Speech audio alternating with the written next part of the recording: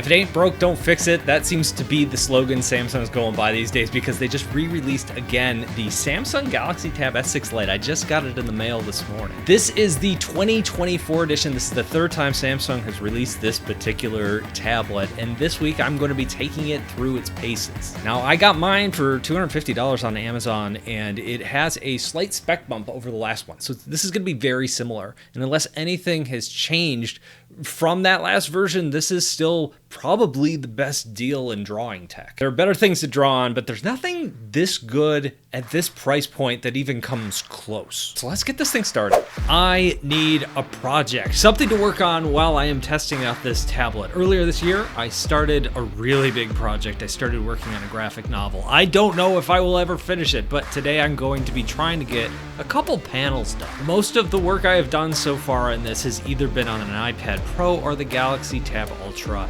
Both devices that are far more powerful than this. And my file sizes have been huge. I don't know if this can handle a file of this size. Okay, here is the moment of truth. I'm going to create a new file here. I'm going to import picture. I already have this set up. I'm going to allow it.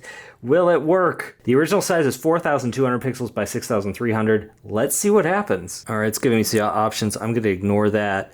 But so far, so good. I'm not seeing any lag on this thing. Let's take it to the drawing area. Okay, we're under the tripod. I'm ready to get going. This thing is charged to 100%. So I'm gonna draw for about an hour, and that's gonna give us a pretty good idea of how long the battery is gonna hold up charge under normal drawing conditions.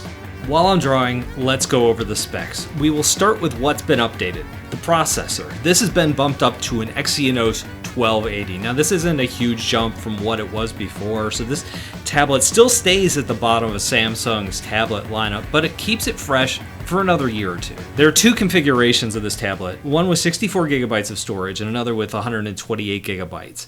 The list price for that 64 gigabyte model is $330 and $400 for the 128 gigabyte model. But like I said, I've already found this discounted, and sales for these particular tablets are really common. No sponsor today. Lucky you, bad for me. Although if you are interested in learning to draw, whether it's the style that I'm using in my comic and how I color and that sort of thing, I have an introduction to digital art course over on my website for that. And also I have a learn to draw in 60-day course, separate course where for 60 days there's new lessons where we learn about perspective and line drawing and all that kind of fun stuff, drawing backgrounds, people. You can check out more on my website, bradsartschool.com. Anyway, back to how this pen is performing for us. There's also a micro SD card slot along the side, so if you want to expand your storage at any time, at any point down the road, it's really easy to do that. This only has 4 gigabytes of RAM, and I thought that this would be probably the most limiting factor to this device. That's why I was surprised when it opened that really big file with my pencil and Blender images in it. On a tablet like this, it's the RAM where things really start to get bottlenecked. So far, the drawing is going well. However, one thing I'm seeing on this tablet is, see all those specs? Those are basically palm marks. So even though I am wearing a drawing glove right now to prevent some of that and also to keep my hand from sliding too much on the screen, these are clearly appearing, and there's a ton of them. I've already erased a couple. So I'm going to look for some settings on here to see if I can improve the palm rejection in iBez Paint. This is a 10.4-inch TFT LCD display with a 1200 by 2000 pixel resolution. This looks really nice in person because that's a pretty high resolution for a relatively small screen. While it lacks the punch and the colors of the OLED screens that you find on Samsung's high-end S9 tablets, it's still not bad. It's not great, but it's not bad. Oftentimes with really cheap tablet screens, they look horrible. Here, it's fine. It also doesn't feel too cheap. It's got an aluminum back. It also comes in 3 colors, pink, minty green, and a dark gray. This one is mint. Does not show up on camera at all as mint. It looks really silvery. It's a very, very light green. It's actually easier to see in the S Pen that it comes with because that's supposed to match the bottom a little bit. I wasn't really paying attention to the color when I bought this. If I was going to do it again, I'd probably just go with gray. Another change Samsung has made, probably not a good change necessarily, depends on what side of the fence you come on. It does not come with a charger in the box. The box is very thin. It's the tablet, the charging cord, the S Pen, a little piece of paper. That is about it. Samsung has been cutting down on e-waste. They've been doing this with all their tablets, so make sure you pick up a charger if you need one. I have been trying out some other drawing apps just to see how they perform. So Clip Studio, Krita, Artflow, some of those others out there that you can get from the Google App Store, which are really good drawing apps that I enjoy. All of them perform really well and perform pretty much the same way. The S Pen is the reason I recommend this particular tablet and Samsung's tablets in general to people when they're looking to draw on Android. Friends who come to me, maybe their kids are getting into art, want to get into digital art, want to draw on something digital. They ask me, hey, where should I look? Usually this is the tablet I point them to because one, it's cheap. They're not going to be spending a lot of money. The pen is good enough. You've got some great art apps. It's not the best thing out there, but if you're just getting started, the S Pen is the way to go, and this is the cheapest way to get a S Pen drawing on a screen. This is the best drawing pen on Android by a country mile. Everything else out there has wave, it lacks accuracy, or is just a bit more laggy. The S Pen, very accurate. The S Pen, very good pressure sensitivity. The S Pen doesn't have any wobbles when you're drawing slow angled lines. That's a huge one. It does take some time to get used to using this pen. If you've never drawn on an Android device or a device like this before, what you're going to immediately notice is that this is a smooth glass screen and the pen will just slide around. To kind of counteract that, what Samsung does with their S Pens is they give them these soft rubbery tips. And so when you drag it across that glass screen, it has a little bit of resistance, but it doesn't feel natural. It's not a bad thing, but it is a little weird the first time you use it because it just doesn't feel natural. It's one of those things you have to learn to get used to. I did it. I crashed IBIS Paint. It took a good long time. I was drawing for about 40 minutes before that happened. It's a huge canvas. I'm not surprised. I'm guessing what happened is it just flat out ran out of RAM. There's just not a lot in there. I'm working with a huge canvas, and when I was drawing my ink lines on one layer, everything seemed to be going really well. The lines were smooth, there was no lag. It was great to draw with. It was performing way better than I thought.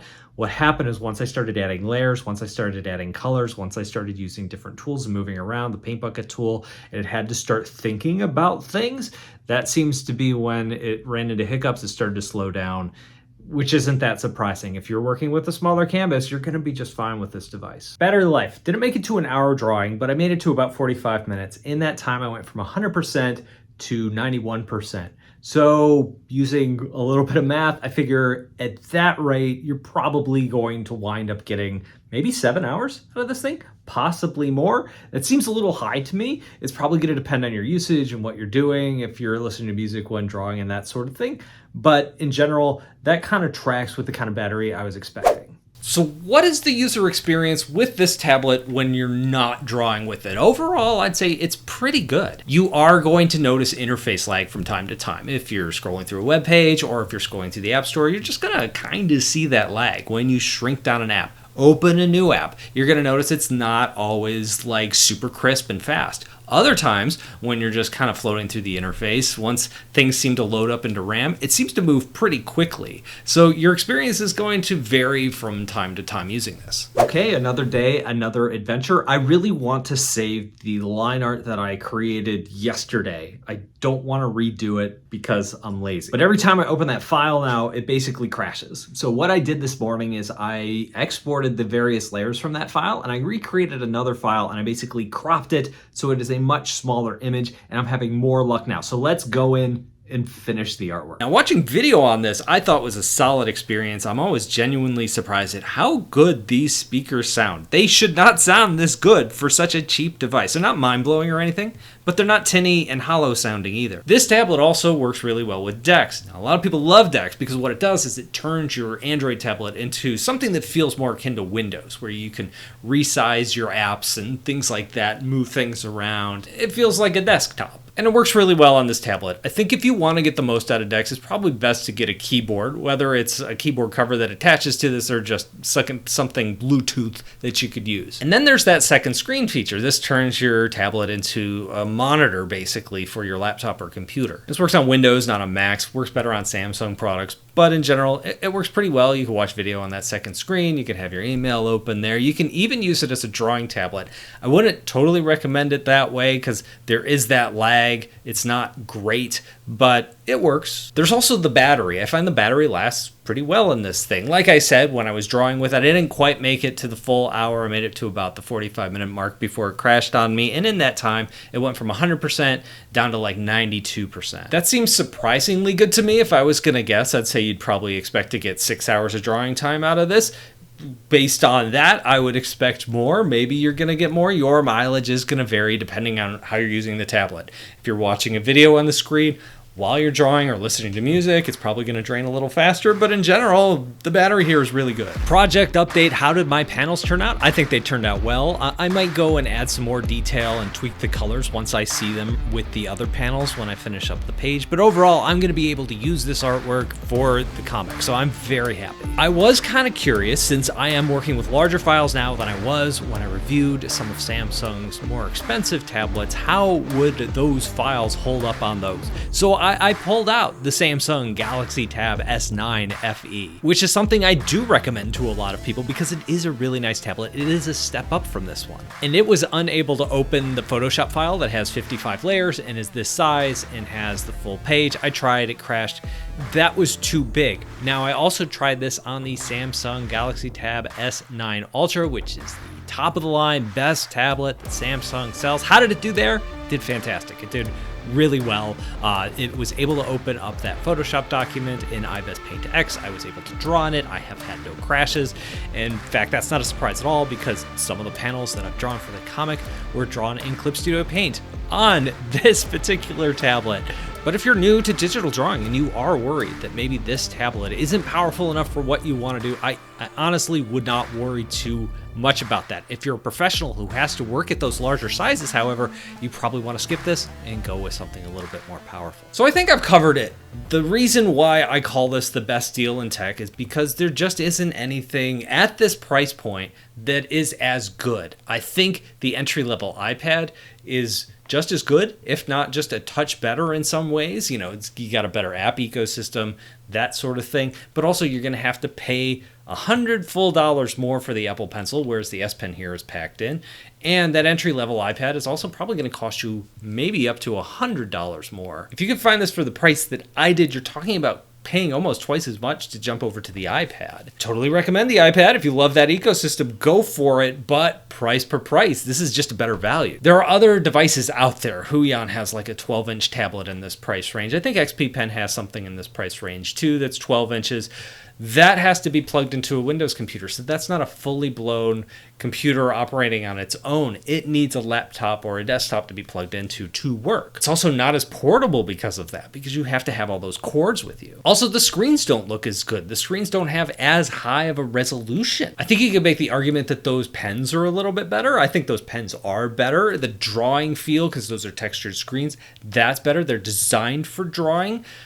But you're trading some of that mobility. Really kind of depends on what you need. I think for most people, if you can afford it, I would go up to the next level, which is the Tab S9 FE, which is a very good product. It is going to cost you several $100s more. It's more than twice as much as this device. You're not going to run into the same RAM problems there. You're also not going to see the same kind of interface lag from time to time there. You're just going to get a product that's going to last you a lot longer. I think for most creative pros, that's better. That is the better way to go. For beginners, if you don't want to spend a lot of money, I still think this is a great product. It kind of depends on where you are, in your artistic journey.